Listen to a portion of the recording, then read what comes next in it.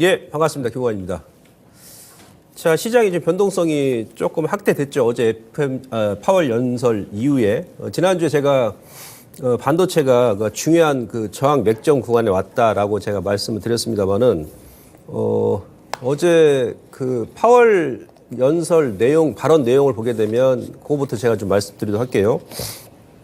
시장에서 예상했던 그런 수준의 발언이 나왔습니다. 그러니까 무슨 얘기냐면 뭐 금리 인상 부분에 대해서 얘기를 했는데 두 차례 약간 이제 매파적인 것은 연준 전체 대부분의 의원들이 금리 인상 2번 정도 해야 된다. 그런 의미를 일단 얘기했기 때문에 아마 그 얘기가 시장에 조금 영향을 좀 많이 미친 게 아닌가. 그전에는 이제 뭐 일부 의원들은 뭐 금리를 일단 동결로 계속 가야 된다. 지난달까지만 하더라도 또 일부 의원들은 뭐 추가 인상해야 된다. 그런데 이번에는 대부분의 연준 의원들이 그렇게 얘기했다는 그 말 자체가 일단 성장주 유지에 좀 충격을 준 것 같고요. 근데 전 개인적으로 어제 여러분들 그 미국 시장을 보시면 그저께였죠. 그저께는 어떤 특징이 있었냐면 엔비디아가 한 3% 넘게 오르면서 다시 한번 신고가 나왔지 않습니까?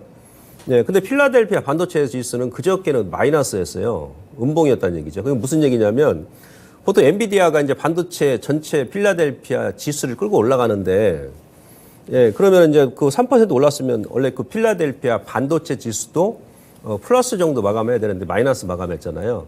그러니까 그저께부터는 이제 다른 반도체 관련 종목군들에서는 이미 그 차익 실현 매물이 나왔다는 얘기예요. 엔비디아가 3% 올랐음에도 불구하고. 어제 이제 또 엔비디아가 장중에 그저께 오른 만큼 눌렀다가 종가 이제 아래꼴을 줬습니다만은 또 필라델피아 반도체 지수는 한 2.8% 가까이 내렸잖아요. 예.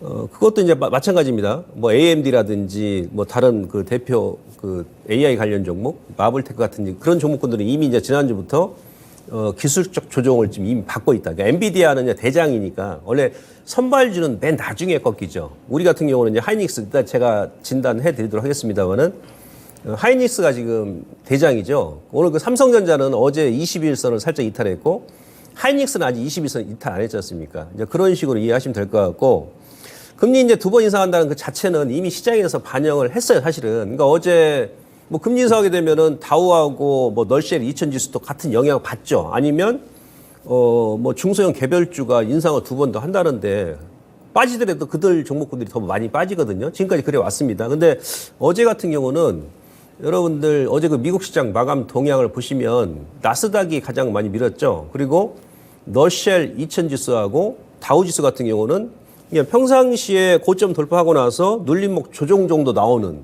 그런 수준의 조정이 나왔거든요. 한 0.3% 안팎. 이건 무슨 얘기냐면 예, 금리 인상 2번 한다 해가지고 성장주가 조정이 나온 게 아니고 저는 개인적으로 지난주에도 제가 여러분들 여러 차례 그 이제 기술적 분석이라든지 뭐 여러 데이터를 보고 제가 체크를 해드렸지 않습니까?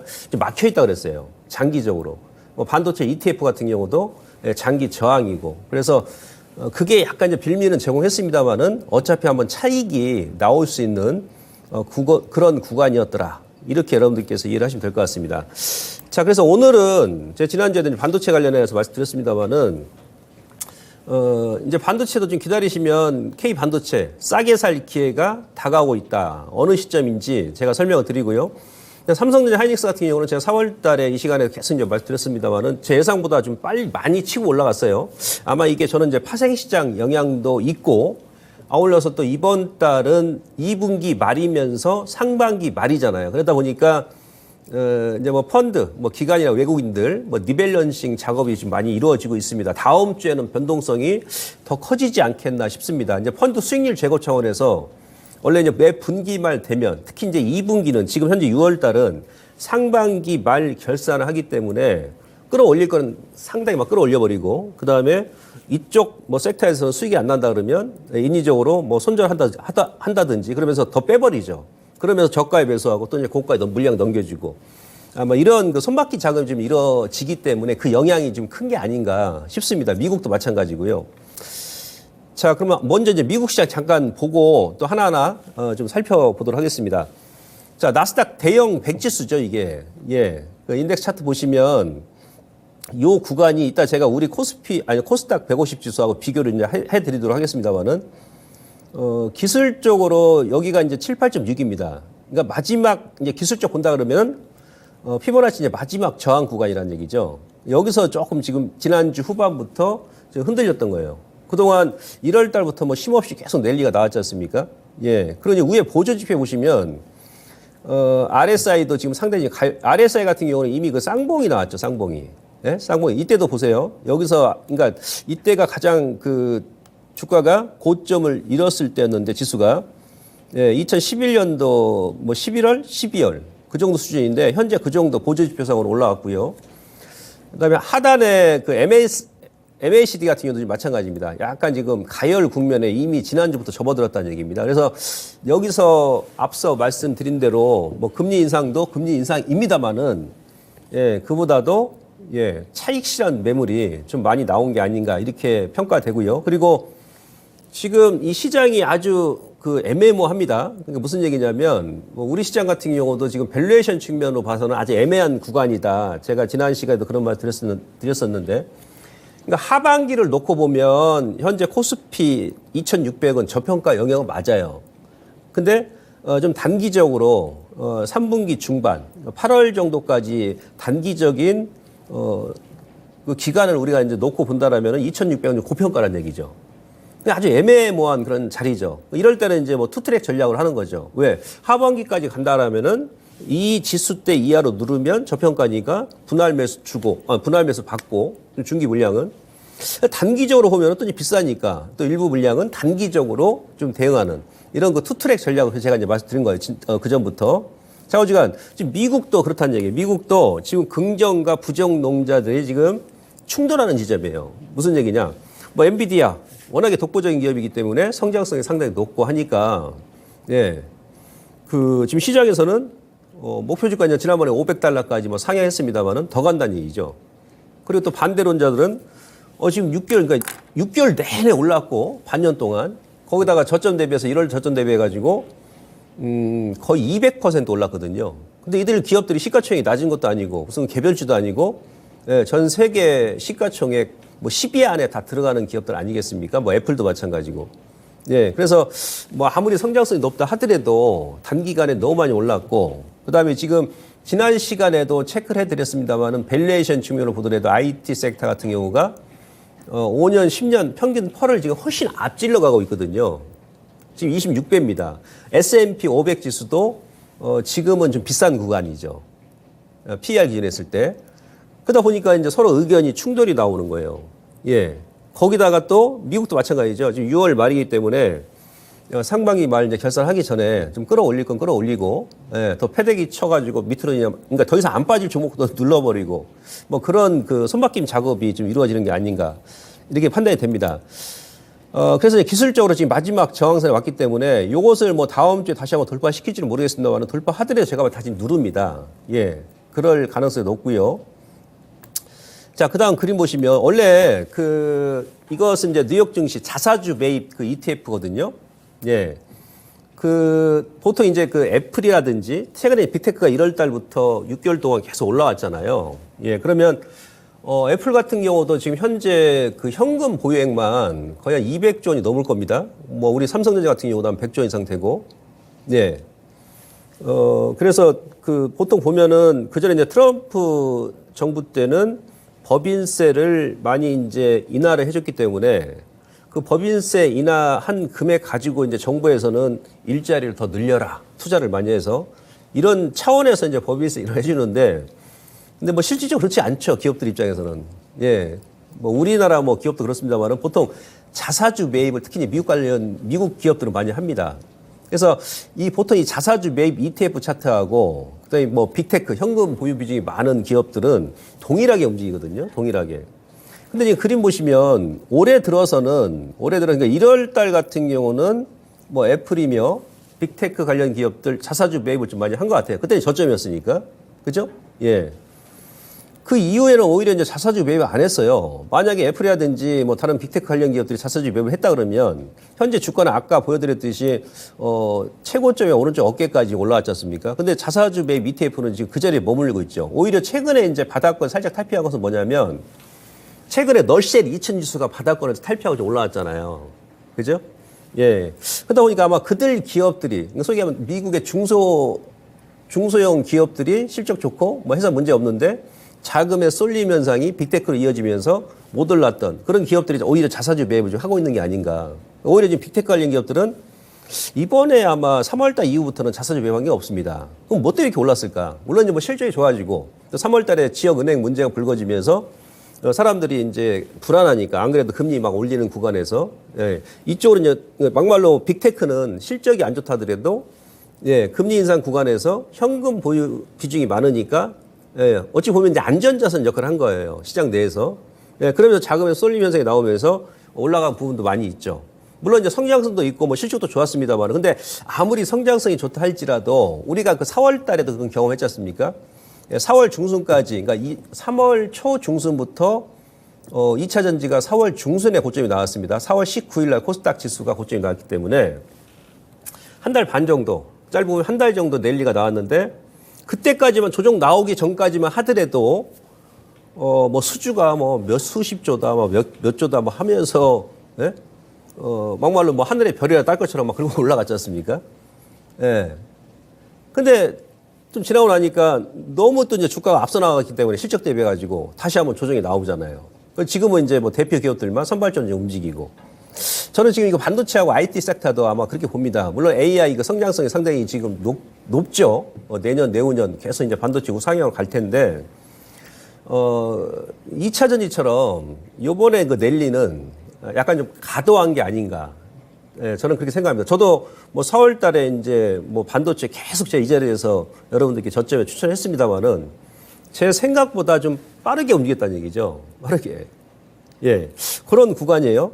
왜 그러냐면 어떤 것이 영향을 많이 미쳤냐. 지금 3월 달하고 이제 지금 이번 지난주 금요일이 미국하고 유럽 같은 경우는 선물 옵션 만기였고 뭐 중국 선물 만기였지 않습니까? 그 전주는 우리가 이제 선물 옵션 동시 만기였고 이 그림을 보시면요. 자, 위쪽의 그림은 풋옵션, 콜옵션 상대 비율 차트고 하단은 나스닥 대형 100지수 차트예요. 그러니까 작년 그 12월 연말에는 여기는 이제 그 풋옵션 급등이 나오면서 풋옵션 가열 국면을 만들면서 여기서 주가 이제 지수가 급락이 나왔지 않습니까? 바로 이제 꺾이면서 만기 지나고 나서 이제 안정화됐고 이번에는 이제 3월 달 있죠. 3월 달 만기 지나고 나서 지금 3개월 가까이 계속 콜옵션 가열 국면이었어요. 가열 국면.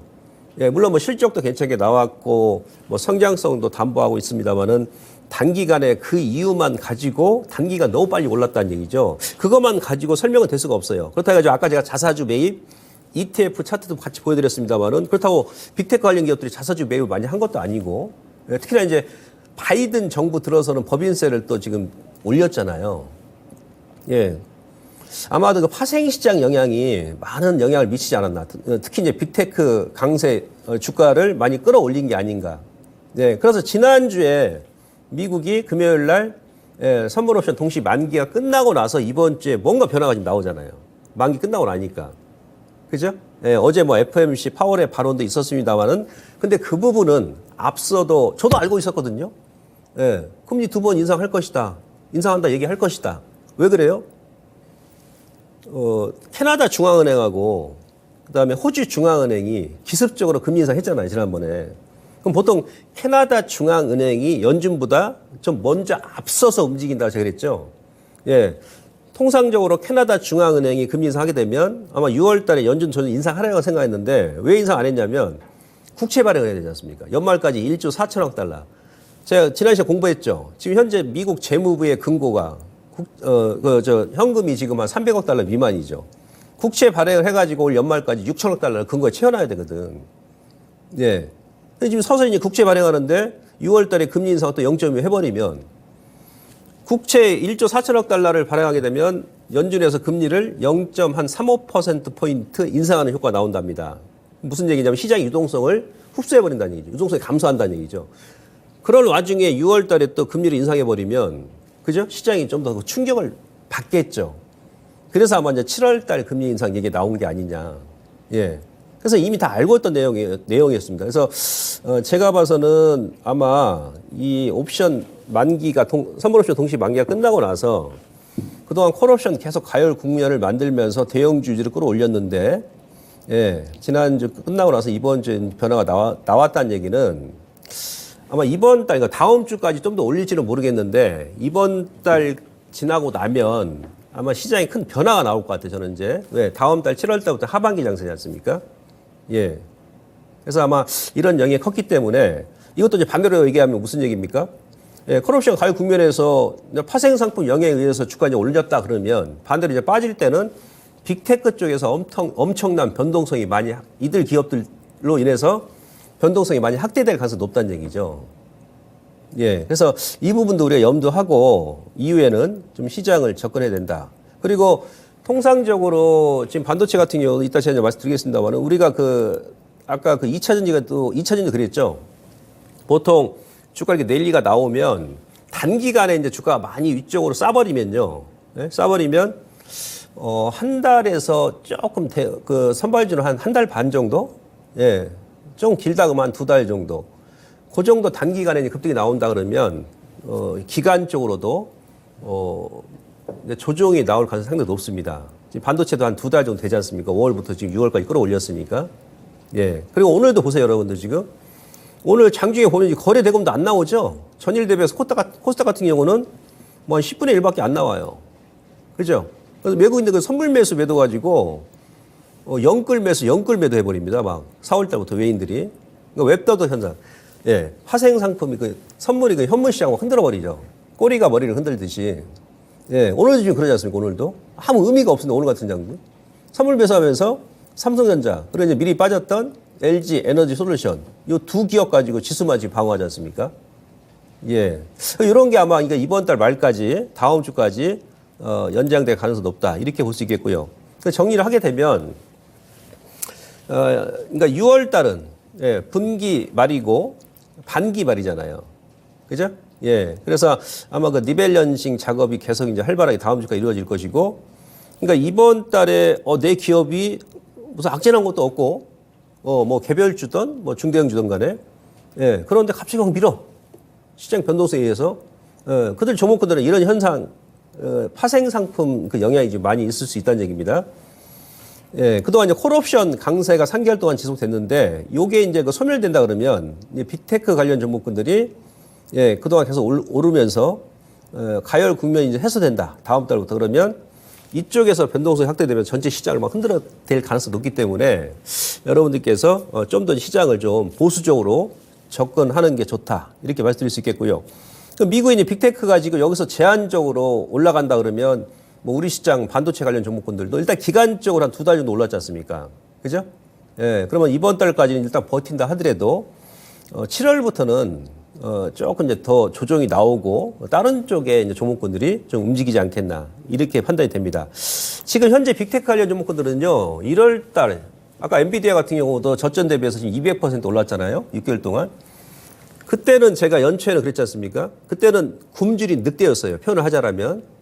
근데 2달 동안 지금 200% 오르면서 지금 어떻게 됐습니까? 살찐 돼지가 됐잖아요. 예. 그러니까 뭐 6월달, 5월달처럼 앞으로 더 올라간다 하더라도 단기 막 급등 나고 막 그러지는 않고 그게 이제 뭐 애플도 마찬가지고 뭐 마이크로소프트도 마찬가지고 뭐 테슬라도 이제 그럴 겁니다. 예. 자, 이런 부분을 말씀드리고 그 다음에 지금 빅스 지수 요거 지난주에 제가 설명 안 드렸던 것 같은데요. 자, 빅스 지수는 우선 주가 지수와 이제 반대로 움직이죠. 그죠? 역발상 지수라고 하지 않습니까? 저점을 이탈하고 나서 지금 추세 이 하락 라인까지 왔단 말이에요. 예. 그러니 빅스 지수 같은 경우도 인버스 ETF가 있습니다. 예. ETF 같은 경우는 인버스 같은 경우는 지금 지난주부터 이번 주까지 장기 저항이 있어요. 이것도 지금 큰 변곡점에 도래했죠. 그죠? 예. 빅스가 여기서 이제 다음 7월부터 될지 뭐 다음 주가 될지 뭔가 이제 반등이 나온다 그러면 미국 시장도 이제 한 템포 뭐 나스닥이 됐던. 근데 제가 봤던 너쉘하고 뭐 다우 같은 경우는 6개월 내내 지금 박스였어요. 6개월 내내 박스였기 때문에 밀어도 크게 안 밀 것 같아요. 어제 같은 경우도 미국의 어떤 특징이 있었냐면 뭐 제약바이오 같은 경우도 성장주 아니겠습니까? 그죠? 어찌 보면 뭐 빅테크, 이제 IT 대형주보다도 금리 인상 시기에서는 더 민감하게 악영향을 미치는 섹터가 이제 제약 헬스케어 쪽이거든요. 근데 어제 같은 경우는 그동안 3개월 동안 계속 밀었던 암제는 올라오고, 예? 바이오, 일위기업, 예, 다른 그 빅테크가 미니까 또 그런 변화가 나왔거든요. 그러니까 미국도 전반적으로 아직까지는 뭐 금리 인상이 지금 진행되는 그런 시기고 유동성이 지금 많지가 않기 때문에 섹터별 좀 순환매 장세가 올 연말까지는 진행이 될 것 같아요. 예. 그리고 우리 시장도 마찬가지입니다. 고객 탁금은 지금 정체 국면이거든요. 근데 반대로 뭐 신용은 또 이제 지난 4월 달에 급락 나올 때 줄었다가 지금 한 1조 원 넘게 증가하고 뭐 대주장고도 증가하는 그런 추이거든요. 그러다 보니까 이제 돌아가면서 움직이는 것이죠. 그래서 만약 나스닥이 다음 달 이후에 빅테크 조정이 나온다 그러면 미국도 거기서 이제 빠져나온 자금이 어디 뭐 채권적으로 물론 갈 수도 있겠습니다만 국채 발행하게 되면 뭐 너쉘 2000이라든지 그다음에 다우 쪽으로 소위 얘기하면 산업재, 소비재, 그다음에 뭐 소재 쪽 뭐 이런 쪽으로 이제 이동하지 않겠나. 아무튼 지금 빅스 같은 경우도 중장기 아주 중요한 예, 그런 그 구간에 진입을 했다. 이렇게 여러분들께서 알고 계시면 되고요. 다음. 자, 반도체도 지금 딱 제가 지난주에 이 그림 보여드렸습니다. 반도체 ETF. 예, 거기서 지금 얻어맞은 거죠. 예, 필라델피아 반도체가 어제 기준에서는 21선 아직 안 깼습니다. 예. 근데 만약 21선을 이탈을 한다 그러면, 주가의 조정이 좀 더 들어올 수 있다. 예. 그래서, 여기서 이제 반등이 나온다 하더라도, 현재 구간에서는, 뭐 여러분들 지금 그림 보시면 아시겠습니다만은 상방보다는 이제는 이제 하방 쪽으로 좀 눈이 좀 커 보이죠. 그죠? 예, 올라가더라도 제가 볼 때 제한적입니다.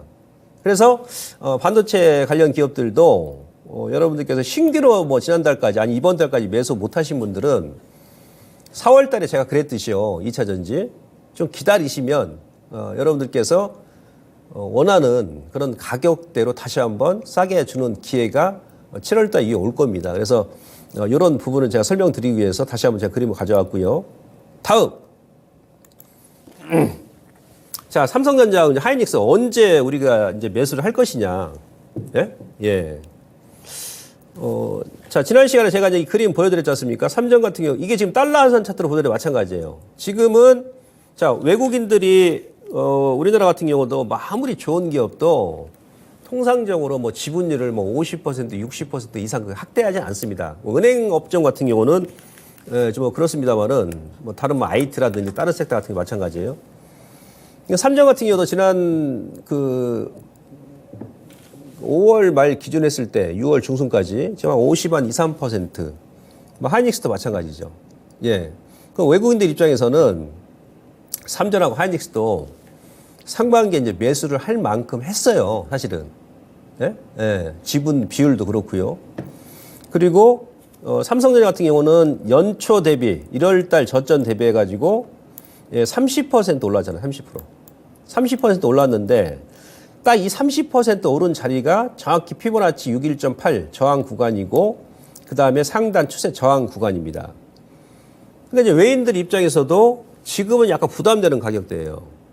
예? 여기서 이제 누가 올리냐면 이제 조정 주고 나서 그래서 뭐 30% 올랐는데 여기서 한 10% 정도 이렇게 빠져주면은 그땐 다시 또 이제 예를 들어서 제가 그 전에 데이터를 보여드렸습니다만은 삼성전자가 올해 대비해서 내년에 영업이익이 100% 넘게 증가하게 되면 그동안 12년 동안의 과거 데이터를 봤을 때 그 전년도 그러니까 작년 대비, 내년 대비 올해 삼성전자 주가 한 40% 정도 오를 그런 자리가 있다.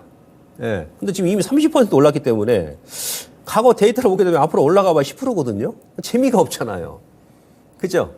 그럼 둘 중에 하나다. 여기서 우리 기관들이 그냥 공격적으로 매수 들어오면서 끌어올린다든지 개인들은 그렇게 할 수가 없으니까 아니면 다시 한번 한 10% 정도 조정이 나와서 예? 30% 올랐으니까 여기서 다시 한번 외인들이 뭐 저점에서 뭐 세팅해 다시 한번 끌어올린다든지 이렇게 돼야 되겠죠.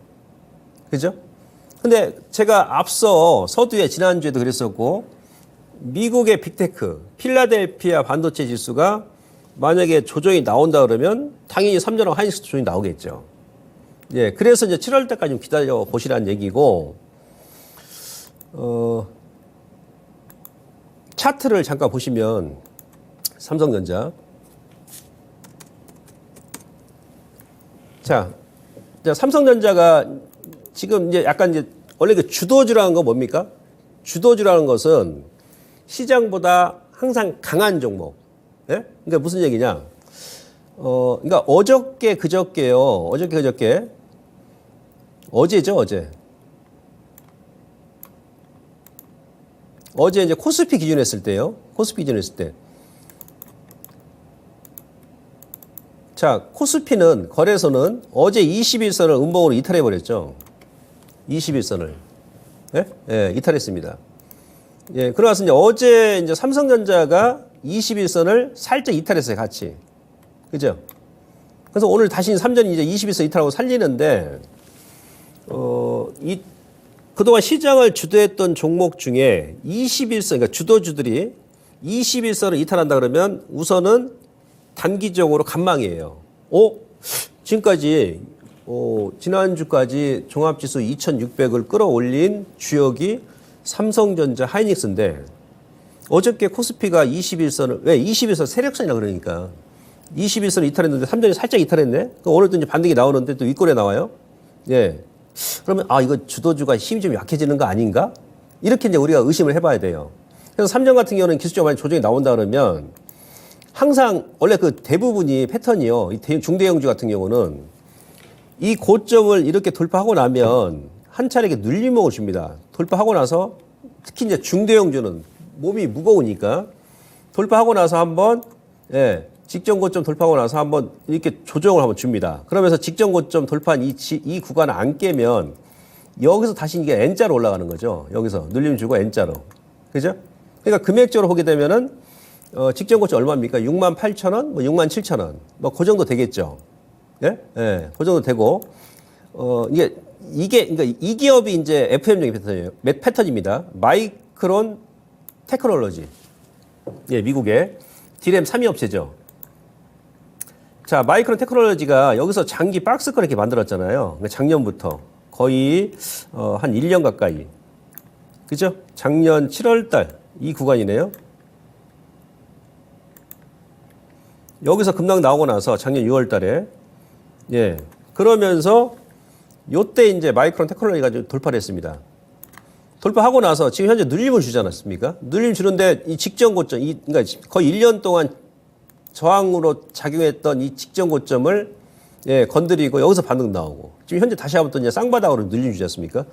이 라인을 크게 이탈 안 한다 그러면은 이렇게 이제 N자로 뻗어 올라가는 것이죠. 지금 현재 마이크론 테크놀로지가 FMD 패턴이에요. 보통. 근데 지금 우리가 삼성전자 하이닉스는 아직 그 직전 고점까지 아직 안 눌렀지 않습니까? 그래서 제가 봐서는 이번 달에 만약에 안 준다 그러면 아마 7월 달 정도 가게 되면 직전 고점이었던 67,000원, 8,000원 그 라인까지 아마 눌림을 줄 가능성이 높다. 그래서 여기서 여러분들께서 신규 매수를 한번 접근 한번 해보시고요. 그 다음에 지금 차트상으로는 000660 하이닉스 사실 삼성전자보다는 세죠. 네, 요놈이 지금 주도주입니다. 요놈이. 왜 그러냐면 어제 그 삼성전자 종합지수는 21선을 이탈했잖아요. 근데 하이닉스는 지금 오늘도 이탈 안 하죠. 21선 아직 안 닿습니다. 예? 예. 지수보다 강하고, 그죠? 예. 그런 종목들이 지수 흔들릴 때 21선을 안 깨고 지수보다 강한 놈이 주도주거든요. 뭐 개별주 중에서는 이제 이수 패턴 시도 되겠죠. 만약에요, 하이닉스가 이후에 21선이 지금 직전 고점까지 올라왔잖아요. 11만 원까지. 요건 이제 기법 들어가는 겁니다. 시향 설명 드리면서 요 21선을 만약에 음봉으로 이렇게 깨버린다. 예? 깨버린다 그러면 어떻게 됩니까? 전체 코스피 지수가 추가적인 조정이 나온다는 얘기예요. 아시겠습니까? 예. 음봉으로 깨버릴 때는 코스피 지수도 한 번 더 아래쪽으로 예, 흔들어 버린다는 얘기입니다. 예. 그래서 하이닉스 일단 21선 지지 여부를 보시고 만약에 21선을 이탈한다 그러면 여러분들께서는 전체 코스피 지수도 한 번 더 아래쪽으로 누를 가능성이 높기 때문에 일단 좀 관망하시는 게 좋고요. 자, 그랬을 때 이제 하이닉스를 매수를 이제 신규로 하실 분들은 이 기업도 마찬가지예요. 이제 주봉상으로는 다음 주에 조금 반등이 나올 수도 있습니다. 예. 왜냐하면 이제 패턴상으로 지금 3주, 그러니까 지난주까지 올리고 이번 주, 예? 예. 그 양은 패턴 해가지고 조금 반등은 나올 수 있는데 얘는 지금 추세 돌파하고 나서, 그러니까 이 하락 트렌드를 완전 돌파를 해버린 거예요. 예, 돌파하거나 지금 눌림 줄 때 여기서 한번 눌림 주거나 반등이 나올 수 있는데, 근데 이미 하이닉스도 지난 시간에 제가 말씀드렸습니다만은 1월 저점 대비해서 60% 올라왔단 말이죠. 예. 그 이제 외인들도 오늘 좀 매도가 나오고, 그 다음에 이미 60% 올라왔기 때문에 가격적인 부담감, 그리고 지분도 지금 50% 넘게 가지고 있기 때문에 추가적인 지금 현재 60% 올라온 가격대에서 늘릴 이유는 없죠, 단기간에. 예. 그럼 새롭게 뭐 늘린다 하더라도 뭐 다른 외국인도 있으니까 현재 가격 대비해서 최소한 뭐 10% 이상 조정이 나왔을 때 그때 들어오겠죠. 뭐 기간도 마찬가지고. 그런 관점에서 하이닉스는 여기서 이제 비교적 큰 갭이 있지 않습니까? 요때 저도 이제 매도를 일단 했다고 그랬지 않습니까? 10만 5천 원에서 한 10만 원 요 사이. 예? 예. 그 정도 줬을 때 여러분들께서 분할 매수로 접근하셔야 적어도 막말로 단기적으로 이제 뭐 수익이 안 난다 하더라도 이거 중기를 이제 연말까지 봐야 되니까 이번에 매수하신 분들은 예, 물리지 않는다는 얘기죠. 근데 지금 그러니까 주식이란 것은 제가 이제 왜 맥점 매매 그런 말씀 드리냐면 아주 애매한 구간이 있잖아요. 그러니까 지금 미국도 빅테크가 아직까지는 좀 강한데 장기적으로 저항 구간이고 또 밸류에이션 측면을 보더라도 상당히 높게 지금 평가되어 있고 그죠? 여러 지표 보더라도 그다음 심리 지표 보더라도 지금 뭐 가열 구간이고 여러 가지 봤을 때 아주 애매모호한 그런 구간입니다. 그럴 때는 여러분들께서 좀 기다리는 게 좋아요. 애매한 구간에서 전 적어도 뭐 입질 정도 분할로 들어가는 경우는 있어도 소량씩 막 한 번에 그냥 막 들이대고 막 그러지 않습니다. 지금 그런 구간이에요. 지금 삼전도 그렇고 하이닉스도 마찬가지고. 예. 그래서 아마 이번 달은 그냥 여러분들께서 막말로 뭐 다음 주에 조금 기적 반등이 나온다 하더라도 따라 들어가실 필요는 없고요. 아마 7월 달 정도, 예, 7월 달 정도 조정이 나온다 그러면 7월 달까지 여러분들께서 좀 고려하셔가지고 분할로 한 10만 원 전후 예, 기준 보시고 접근을 하시면 뭐 크게 무리가 없을 것 같습니다. 그래서 삼전하고 하이닉스는 신규로 지금 보시는 분들은 예, 제가 제시했던 그 가격대를 보시고 나중에 공개 방송에서 제가 이제 매일 체크도 해드리겠습니다만은 그러면 다른 반도체 장비 쪽도 마찬가지죠. 뭐 이들 종목군들이 지금 못 움직인다 그러면 뭐 반도체 장비 그다음에 뭐 소재 뭐 AI 반도체 관련 종목군들도 마찬가지예요. 칩 관련 종목군들도 지금 2차 전지처럼 2차 전지가 그 3월 초 중순부터 늦게 이제 꺾인 종목군들은 4월 중순에 꺾였거든요. 보통 한 달에서 한 달 반 정도. 지금 반도체도 마찬가지입니다. 하이닉스 같은 경우도 기간을 보게 되면 5월 중순부터 지금 올라왔잖아요. 그러니까 한 달 반 정도 올랐거든요. 한 달 반. 지금 6월 뭐 다음 주 말이니까 이 정도 단기간에 오르면 2차 전지 4월 달처럼 예, 주가가 뭐 다음 달 정도는 눌림목 조정이 들어올 수 있는 그런 시기이면서 그런 또 가격대이면서 그런 또 구간입니다. 이 부분을 참고하시고요.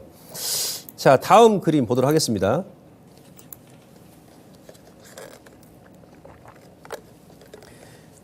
어제 나스닥 100 지수가 너쉘인가 어제 아까 말씀드렸듯이 너쉘 2000 지수보다 뭐 다우 같은 경우, 너쉘 2000 지수 같은 경우는 거의 뭐 금리 인상 2번 인상한다 그런 발언이 있었음에도 불구하고 그러니까 평상시에 그 기술적 조정밖에 안 돼요. 예, 근데 나스닥은 심하게 밀었지 않습니까? 그 이제 위치가 나스닥 100 지수 위치가 보시면 여기가 피보나치 되돌림 78.6 구간이면서 이 고점과 고점의 장기 추세 저항이라는 얘기예요. 아주 애매하죠. 그죠? 예, 여기서 지금 흔들린 겁니다. 지금 이 그림을 제가 왜 보여드리냐면 제가 지난주 2주 전부터 여러분들께 미국 시장에 변화가 나온다. 예, 그런 말씀을 계속 드리는데 그 4월 달에 여러분들 뭐 2차 전지 다들 이제 관심 있으실 때 그 반도체에 대해서 그 당시에 막 찌글찌글할 때 언급했던 분들은 거의 없으실 겁니다. 예? 저 빼고 뭐 몇몇 뭐 전문가님도 있으실 거라 생각됩니다만은 일반 우리 개인 투자분들께서는 그러니까 주식은 원래 이제 제 기준에서는 일반 개인들보다 조금 시간이 걸리고 좀 뭐 기회 비용이 좀 들더라 하더라도 안전하게 저점에서 미리 좀 세팅 들어가는 게 좋습니다. 예. 약간 이제 뭐 시간이 걸린다 하더라도 대신에 이제 저점에서 미리 이제 선침해를 하게 되면 이후에 움직일 때 수익이 또 확산이 되죠. 근데 보통 이제 일반 개인 투자분들께서는 주가가 이제 오르고 나서 그때 이제 막 들어가세요. 예? 그다음에 조금 수익 났다가 네, 물리는 경우가 많이 있거든요. 제가 이제 이 그림을 왜 보여드리냐면 이제 제가 기준에서는 상반기까지는 미국의 빅테크가 끌어올렸다 그러면 어느 한쪽으로만 계속 올라갈 수는 없어요. 이제 7월 다음 달부터 이제 하반기까지는 미국 시장도 섹터별 변화가 분명히 일어날 것이다. 예. 이제 그 러시아 2000 지수, 그다음에 다우 지수 중에서는 그 IT보다도 산업재 섹터, 소재, 화학, 기계, 장비 이런 쪽이죠. 예. 그래서 제가 다시 보여드린 겁니다. 나스닥 100 지수는 지금 여기서 걸린 상태고요. 널쉘 2000 지수 보시면 자 코로나 때 같이 이제 여기다 급락이 나왔지 않습니까? 급락 나오고 나서 코로나 전에도 널쉘 2000 지수는 현재 그러니까 요 정도 구간에 있었죠. 근데 이번에 널쉘 2000 지수 같은 경우는 작년 재작년부터 계속 고점을 찍고 밀면서 이제 막판에 그러니까 사실은 작년 그 연말에 그러니까 코로나 전 가격 전까지 다 빠져버렸어요. 그러니까 웬만한 종목군들은 코로나 전 가격대까지 다 원위치했었다는 얘기예요. 그러다 좀 이제 반등을 주고 여기서 이제 돌릴만 하니까 지역은행 문제가 불거지면 다시 한번 밀어버린 거죠. 예. 그러면 지금 널쉘 2000 지수 같은 경우는 코로나 전 가격 지수 때까지 지금 밀었기 때문에 제가 보건대는 올해 미국의 경기 침체 없습니다. 예. 지금 막말로 경기 침체가 강하게 들어오지 않는 이상은 현재 가격대 이하를 깨진 않습니다. 아시겠습니까? 바로 다 원위치 해버렸으니까. 예. 그리고 아까 제가 서두에 미국의 자사주 매입 ETF 차트 보여드렸지 않습니까? 예. 이쪽이 아니고요. 널쉘 2000 지수, 중소형주 지수, 예, 저평가 우량주들 그런 기업들이 지금 자사주 매입을 하는 것 같습니다. 예. 그래서 이제 7월 달부터는 그 하반기 장세부터는 좀 시간을 가지고 지금까지 시장을 주도했던 미국 같은 경우도 빅테크가 아니고 그동안 이제 못 올랐던 다우 관련 종목군들, S&P 500 지수 중에서도 빅테크 제외한 나머지 경기 민감 종목군들, 그 다음에 중소형주 위주로의 그 주가 상승이 나오지 않겠나라는 관점에서 이 그림을 지금 보여드린 거고요. 다음. 이 그림은 그 미국 대형 지수 대비해서 소형 지수 상대 비율 차트예요. 예. 이 그림을 보시면 지금 그동안 아까 널쉘 2000 지수부터 해가지고 중소형주가 얼마나 상반기 동안 소외를 받았다라는 것을 여러분께서 아실 겁니다. 그러니까 반대로 움직이는 거죠. 대형주가 올라가게 되면 예, 이 소형주가 이제 반대로 빠지는 것이죠. 그죠? 근데 기술적 보시면요. 예. 1월달, 2월달에 여기서 이제 안 그래도 추세 고점에서 한번 얻어 맞은 겁니다. 여기서 돌파가 아니고 이제 한번 얻어 맞을 자리에서 예, 3월달에 지역은행 문제가 불거지면서 더 가파르게 밀어버린 거죠. 예. 근데 현재 구간은 2021년도부터 이어져 오는 예, 마지막 지지 맥점입니다. 예. 그래서 아까 그 널쉘 2000 지수도 제가 보여드렸습니다만은 지금 대형 지수 대비해서 소형 지수 상대 비율 차트를 보더라도 이제는 반대로 이제 역으로 얘기하면 대형 지수는 이제 저항이고 예, 소형 지수는 이제 반등 구간이라는 얘기죠. 이런 변화가 지금 미국 시장에 사실 6월 초부터 지금 나타나고 있다는 얘기예요. 그래서 하반기 지금 이제 이번 달이면 상반기 끝나니까 여러분들께서 하반기 장세를 좀 준비해 나가는 전략으로 시장 대응하셔야 되고 이 그림도 지난주에 제가 보여드렸으니까 이건 이제 패스하겠습니다. 예. 자, 그 다음 그림 보시면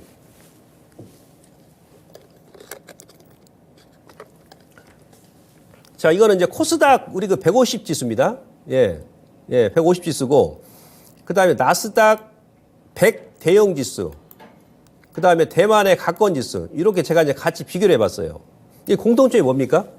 우리 코스닥 지수가 4월 19일 날 고점 찍고 딱 밀었을 때 그때가 위치가 어디냐면 자, 피보나치 되돌림 반등, 그러니까 8.6% 이제 마지막 저항 구간에서 여기서 얻어 맞은 거예요. 얻어 맞고 나서 다시 한번 V자 주고 요번에 여기서 다시 한번 또 얻어 맞은 거죠. 그죠? 근데 딱 나스닥 대형 백지수 또 보시면 주말에 살짝 돌파했다가 7, 8.6을 요번에 여기서 얻어맞고 지금 약간 어제 조정이 나온 겁니다. 이걸 다시 뭐 살릴지 여부는 오늘하고 뭐 내일 장까지 봐야 되겠습니다만은 제가 봐서는 이 자리에 힘들지 않겠나. 그러니까 코스닥이 가장 먼저 올랐어요. 제가 그전에도 말씀드렸습니다만은 4월달 1분기에는 전 세계 지수 중에서 대한민국의 코스닥 지수가 가장 많이 올랐습니다. 그래서 이제 가장 먼저 7, 8.6에서 얻어맞고 4월달에 조정이 나왔던 것이죠. 자, 대만 가권 지수는 내가 왜 보여드리냐면 대만도 IT 국가잖아요. IT 국가. 그죠? TSMC 같은 경우도 지금 막혀있는 그런 추세이기도 합니다만은 대만 가권 지수는 지금 6월 달에 우리 코스닥보다는 2달 늦게 78.6%까지 올라왔다는 얘기죠. 여기서 지금 대만 가권 지수도 이제 얻어맞고 있는 겁니다. 그럼 이런 그림을 보시면 제가 그 2주 전부터 그러니까 지난주가 이제 맥점 주간, 그다음에 지난주에는 이제 그 반도체 아주 그 중요한 저항 구간이다. 그런 말씀 드렸던 이유가 지금 현재 위쪽으로 지금 막혀 있잖아요. 그러니까 위쪽으로 올라가게 되면 룸이 지금 크게 없습니다. 그죠? 하방으로 조정이 나온다 그러면 최소한 직전 고점이었다 한 61.8 정도. 그러니까 이 정도까지 조정이 들어왔을 때 그때 여러분들께서 우리가 이제 반도체가 됐던 뭐 다른 IT가 됐던 기다렸다가 매수하는 것이 일단 좀 합리적이다. 이렇게 말씀드릴 수 있겠고요. 자, 그다음 그림 보시면 우리나라 요거 지금 코스닥 그 3대 지수를 제가 지금 보여드리는 거예요. 코스닥 3대 지수 보시면 보통 이제 그 중용 지수에는 그 제약바이오가 좀 많이 편입되어 있어요. 이번에 2차 전지하고 이제 반도체에 밀리면서 순위권이 이제 좀 밀렸던 그 제약바이오가 많이 있거든요. 지금 코스닥의 그 대형 지수를 보시면 요거는 여기서 다시 살릴지는 모르겠는데 지금 현재 그림 봐서는 기술적으로는 어제까지 그러니까 이번 주에 약간 쌍봉의 패턴이 나왔죠. 보통 78.6% 구간에서 두 번 얻어맞고 재차게 밀어버리면 단기간에 돌파하기 힘듭니다. 단기간에. 근데 중형주 같은 경우는 대형 지수 대비해가지고 거의 올라온 게 없어요. 그러니까 4월 달에 한 50% 오르고 나서 거기서 얻어맞고 지금은 두 번째 지지 맥점인 저항 맥점이 38.2% 구간에 지금 걸쳐 있거든요. 소형주는 이제 테마주가 오르면서 좀 많이 올랐죠. 근데 소형주 같은 경우도 대형주 대비해가지고 사실은 4월 달까지 많이 못 올랐습니다. 소형주 지수는 61.8%까지 못 올랐거든요. 자, 그럼 상반기에, 그러니까 6월까지니까 상반기에 우리 코스닥도 대형주가 시장을 주도를 했었다. 뭐 미국도 마찬가지 아니겠어요? 그 다음에 중형하고 소형주는 대형주 대비해서 특히 중형주 같은 경우는 반밖에 못 올랐어요. 그래서 다음 시간에도 제가 아마 이런 부분에 대해서 체크를 해드리겠습니다만은 7월달 이제 하반기에는 이런 그 자금 쏠림 현상이 소위 대형주 쪽보다는 중소형주 쪽으로 아마 그 종목 흐름이 좀 이어지지 않겠나 이렇게 지금 예상을 하고 있고요. 자, 마지막 그 요 수급 좀 제가 체크해드리고 방송 마무리하도록 하겠습니다. 주가 좀 올라오면서 그 지금 신용거래 대주장고가요 양 시장 다 다시 한번 지난 4월 고점까지 올라왔어요. 이런 구간에서는 여러분들께서 템포적으로 하시는 거고, 일단 신용거래 융자장고 같은 경우도 4월달, 5월달 저점 대비해서 한 1조 한 3, 4천억 정도 좀 늘었거든요. 여기서 한 2조 넘게 감소했다가 지금 한 절반 정도까지 올라왔습니다. 시장 지금 조정 구간이니까 여러분들께서 다시 한번 더 신용 사용 좀 자제하시고요. 그 다음에 그 예탁증권 담보융자라고 있어요. 이게 그 SG 사태가 터지면서 1조 원이 급등이 나왔습니다. 그러니까 주식 담보로 해가지고 대출한 금액이 1조 원이 늘었다는 얘기예요. 그러나 조금 주춤하다가 최근에 2주 전부터 다시 한번 늘어나죠. 이거 무슨 얘기냐면 그 2차 SG 사태, 그러니까 대한방진, 방림 이런 기업들이 무더기 또 하한가 속출하면서 그 담보로 해가지고 대출을 뭐 한 사람들이 많이 늘어났다든지 아니면 또 2차 전지가 5월 달에 조정이 많이 나오면서 그 담보 대출 받은 물량이 많이 늘어났다는 얘기입니다. 이게 좀 많이 좀 줄어들어야 됩니다. 근데 지금 줄지가 않고 오히려 늘죠, 지금. 수급이 취약하다는 얘기예요. 수급이. 그리고 지금 실제 반대 매매 같은 경우도 SG 사태 터졌을 때 급등이 나왔다가 조금 주춤하고 나서 지난주부터 늘어나고 있어요. 그러니까 알게 보니 뭐 금액은 이제 크진 않습니다만은 반대 매매가 조금씩 늘어나고 있다는 얘기는 시장이 좀 피로감을 느끼고 있다는 얘기고 또 급한 자금이 또 많이 들어왔다는 얘기예요. 예. 왜 그러냐면 여러분들 보시면 자 코스닥 지금 어제까지의 수급을 보시면요. 우리 개인 투자분들께서 불과 한 6거래일 만에 거래소는 상관없어요. 거래소는 그동안 외인들이 많이 매수했으니까. 예. 근데 코스닥 같은 경우는 우리 개인 투자분들께서 6거래일 만에 14일 날 장대 음봉 맞고 나서 그때부터 지금 1조 2천억을 매수했습니다. 어제까지. 오늘은 지금 뭐 거래되면 안 나오니까 주춤하고 있는데 단기간에 그것도 직전 고점 오른쪽 어깨 구간에서 개인 투자분들께서 1조 2천억을 매수했다는 얘기는 기관하고 외인 다 팔았는데 또 이 매물을 또 소화를 해야 된단 말이에요. 소화를. 그죠? 예. 안 그러면 오늘은 일단 뭐 21선 지지하고 있습니다만은 만약에 21선을 뭐 내일장 뭐 미국 시장에 또 변동성이 나와가지고 이탈한다 그러면 여기서 또 이제 개인 투자분들께서 급하게 들어간 자금. 아까 제가 그래서 그 신용융자라든지 대주장고 다 보여드린 겁니다. 예. 그런 자금이 또 반대로 또 나올 수 있다는 얘기죠. 예. 그래서 결론은 다음 주에 시장의 변동성이 더 확대가 될 겁니다. 뭐 미국도 마찬가지고 가급적이면 제가 2주 넘게 지금 말씀드리는데 다음 주가 6월 말까지 여러분들께서 시장을 좀 보수적으로 관망하는 전략 취하시고요. 반도체는 이건 제가 이제 공방에서 이제 계속 말씀드릴 겁니다만은 7월달 이후로 신규 매수는 접근하시는 전략이 좋고. 그리고 이제 순환매 장세는 뭐 미국도 마찬가지고 우리 시장도 시장 지수 상관없이 개별주 위주로 막 계속 이루어질 겁니다. 그래서 지수보다는 종목별 위주로 접근하시고 그리고 여기서 만약에 지수가 뭐 저점이 언제 나올지 저도 모릅니다만은 7월달까지 아마 조정이 나올 겁니다. 장기 물량 왜 중장기 하반기까지 중기로 보는 물량은 더 밀어주면 저점 매수 기회죠. 예. 근데 단기적으로는 지수 조정이니까 타이밍 조절하셔야 되고 단기와 중장기 물량을 철저하게 조절하셔가지고 7월 달까지는 여러분들께서 투트랙 전략으로 대응하시길 제가 말씀을 드리도록 하겠습니다. 자, 오늘 방송 여기서 마무리하고요. 오늘도 3시 40분에 제 공개 방송에서 못다한 얘기는 추가적으로 전달을 좀 해드리도록 하겠습니다. 자, 마무리하고요. 전 다음 주에 다시 뵙겠습니다. 고맙습니다.